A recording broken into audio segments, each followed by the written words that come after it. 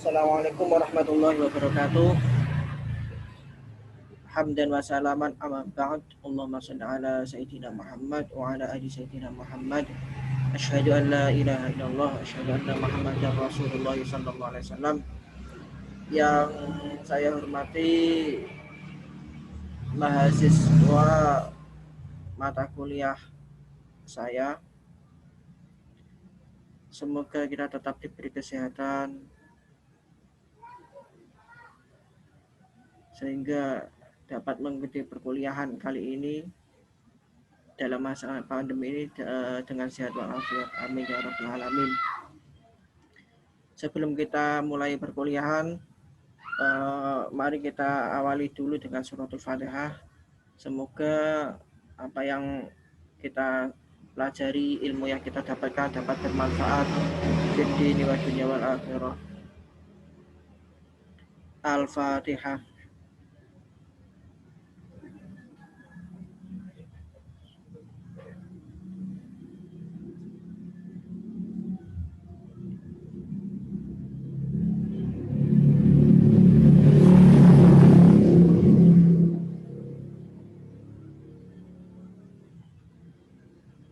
Amin ya rabbal alamin.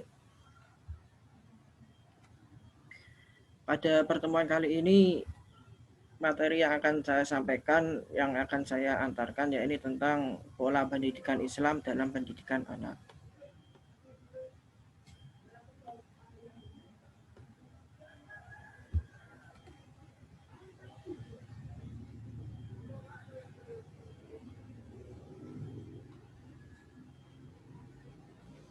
Di sini ada faktualnya, ada akar masalahnya, dan ada solusi fundamentalnya.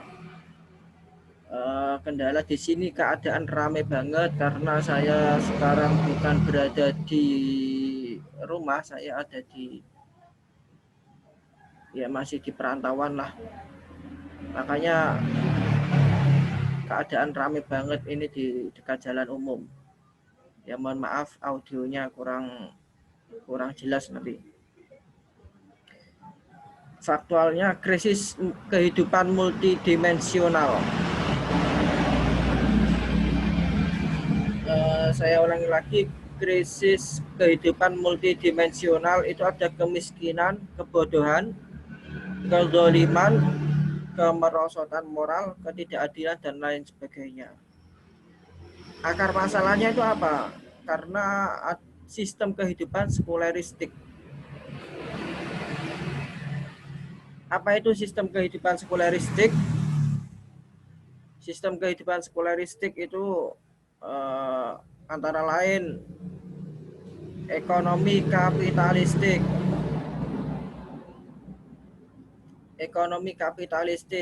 kemudian politik oportunistik,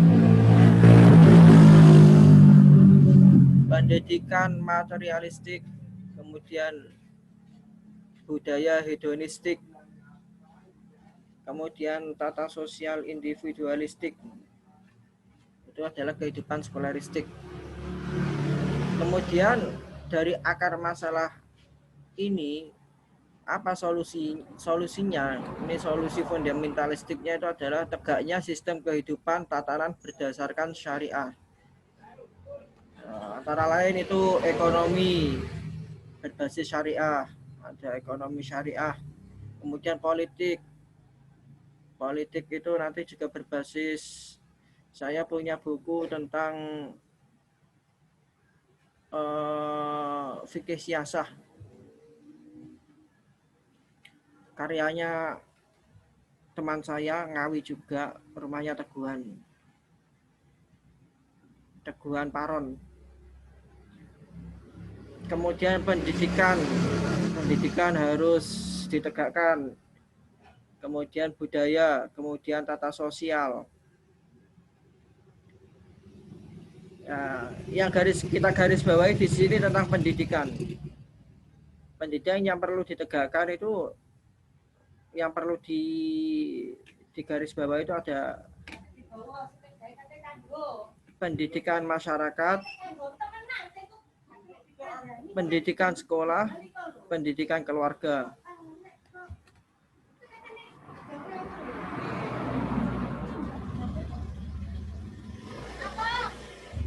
faktualnya kelemahan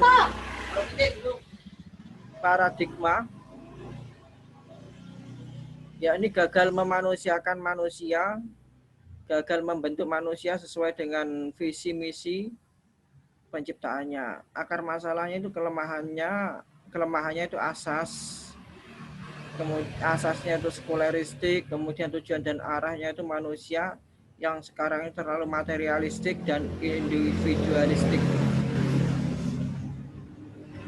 Solusinya perlu adanya pendidikan Islam yang asasnya itu akidah Islamiyah, kemudian tujuan atau arahnya itu syahsiyah, sakofah, ilmu kehidupan, iptek, dan keterampilan. Kemudian continue mulai dari anak usia TK atau PAUD, sampai perguruan tinggi. Jadi ada antara sinergi sekolah dengan keluarga dengan masyarakat. Jadi jangan hanya mengandalkan pendidikan di sekolah saja, kemudian pendidikan di keluarga saja. Masyarakat juga harus. Makanya solusi yang terbaik itu biasanya pendidikan di pesantren. Itu juga asas kekeluargaannya juga tinggi. Sekolahnya berbasis pesantren, kemudian masyarakat lingkungan pendidikannya orang-orang santri semua. Jadi ketika sekolahnya itu bagus, kemudian masyarakatnya, tetangga-tetangganya yang global,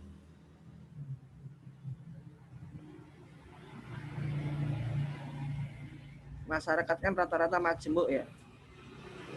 Jadi ya kita sulit mengendalikan contohnya itu anak-anak kita nanti. Anak kita nanti di pendidikan, dididik di keluarga itu akhlaknya bagus, akhlakul karimah, kemudian disekolahkan di sekolahannya bagus. Nah, ternyata lingkungan masyarakatnya kurang mendukung. Kalau anak dikurung di rumah terus itu juga jenuh kan. Akhirnya kan setiap hari kan juga main dengan teman-temannya. Lah teman-temannya ternyata kayak gitu akhlaknya. Akhirnya kan anak kita juga ketularan oleh lingkungan masyarakat tersebut. Solusi paradigmatik.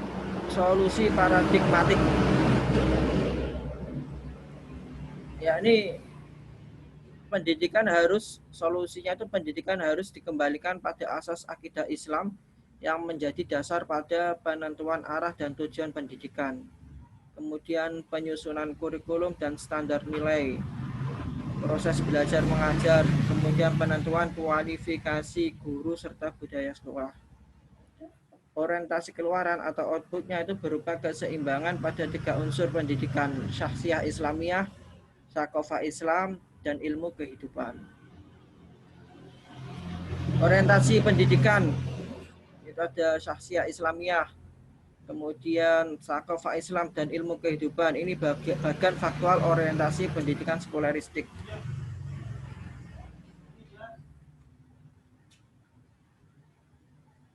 Jadi harus saling berhubungan.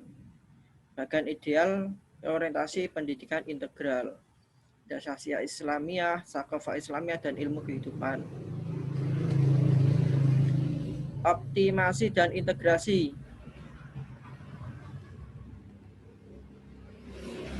Yang dioptimalkan itu syahsiyah Islamiyahnya dan sakofah Islamiyah. Kemudian unsur pelaksana pendidikan.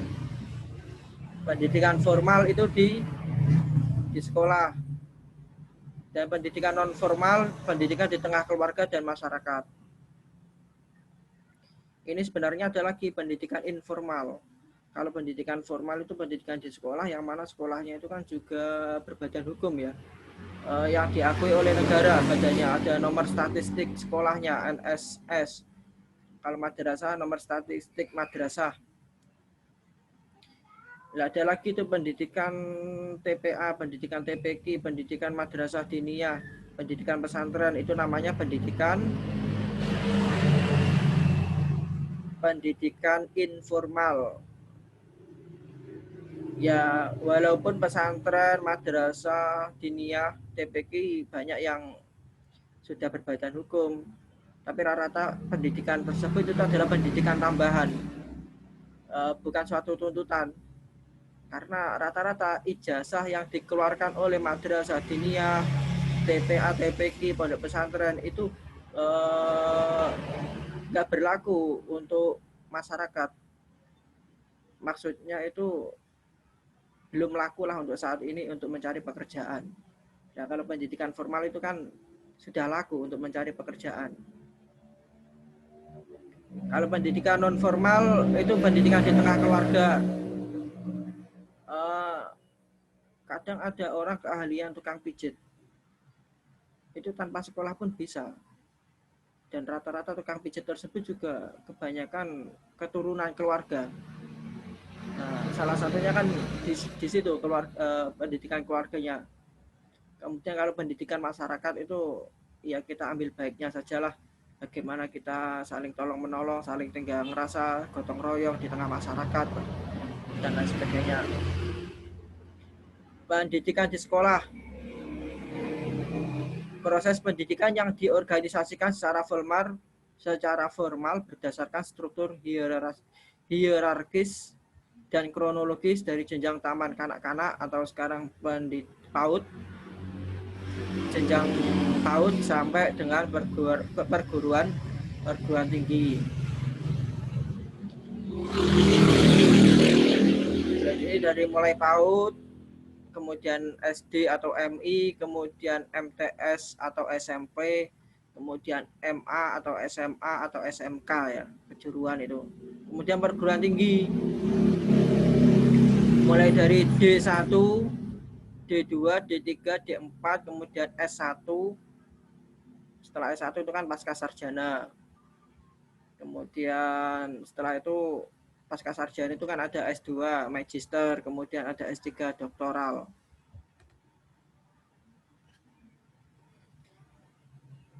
Pendidikan keluarga ini dari Imam Ghazali dalam kitabnya Ihya Ulumuddin. Saya ambil kesimpulannya saja. Seorang anak hendaknya disembelihkan akikoh setelah hari ke-7 dari hari kelahirannya dan diberi nama dengan nama yang baik dan dicukur rambutnya. Setelah anak tersebut mencapai umur 6 tahun hendaknya dididik tentang sopan santun. Berarti pertama itu didiknya tentang akikoh dari 7 kelahirannya. Itu bagi yang sudah mampu, hendaknya. Kalau belum mampu, ya nanti entah dibarengkan sunatannya, khitanannya, atau mungkin dalam resepsi pernikahannya. Kemudian setelah berusia 9 tahun, hendaknya dipisahkan tempat tidurnya. Berarti kalau usia 9 tahun, usia SD atau MI kelas berapa itu? Kelas 4 ya? 3 atau 4? Itu dipisahkan tidurnya dengan bapak ibunya, biar nggak ganggu bapak ibunya tidur. Dan bila telah mencapai usia 10 tahun, hendaknya dipukul bila meninggalkan sholat. Nah, ini mulai dididik tentang pendidikan sholat ini di usia 10 tahun. Kemudian setelah dewasa dinikahkan, maka pada saat itu ayah menjabat tangan anaknya dan mengatakan, saya telah mendidik, mengajar, dan menikahkan kamu. Karena itu saya memohon kepada Allah agar dijauhkan dari fitnah dunia dan azab di akhirat kelak. Jadi ketika sungkeman, biasanya kalau mantenan itu mantan lanang, mantan wedok sungkeman yang bapak ibu Nah, sampai dari bapak ibu harus mengatakan ini. Saya telah mendidik, mengajar, dan menikahkan kamu. Karena itu saya memohon kepada Allah agar dijauhkan dari fitnah dunia dan azab di akhirat kelak. Ya bahasanya jaluk anaknya yang mungkur. Bahasanya orang Jawa itu, orang Jawa rata-rata dendang mungkur. Iya kan? Pendidikan di masyarakat, bahasa Jawanya learning society.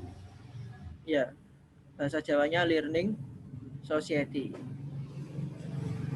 Proses pendidikan berjalan bagi seluruh anggota masyarakat melalui interaksi muamalah keseharian yang selalu bernuansa amar ma'ruf dan nahi mungkar.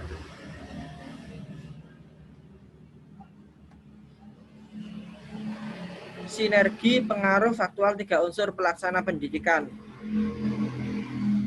Ada rumah, sekolah atau kampus, kemudian masyarakat. Ini sinerginya saling berhubungan, ada kelemahan, ada kekurangannya.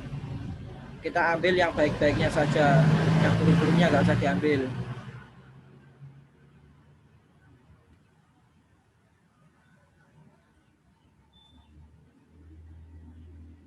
Pendidikan rumah itu sebagai tambahan, pendidikan masyarakat itu juga sebagai tambahan.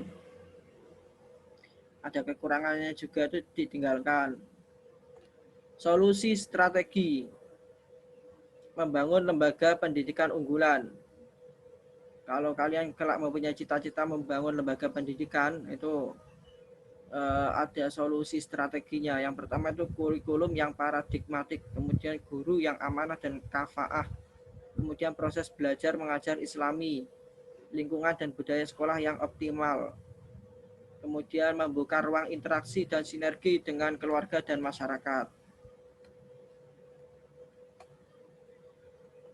Demikian pengantar saya tentang pola pendidikan Islam, perspektif pendidikan anak.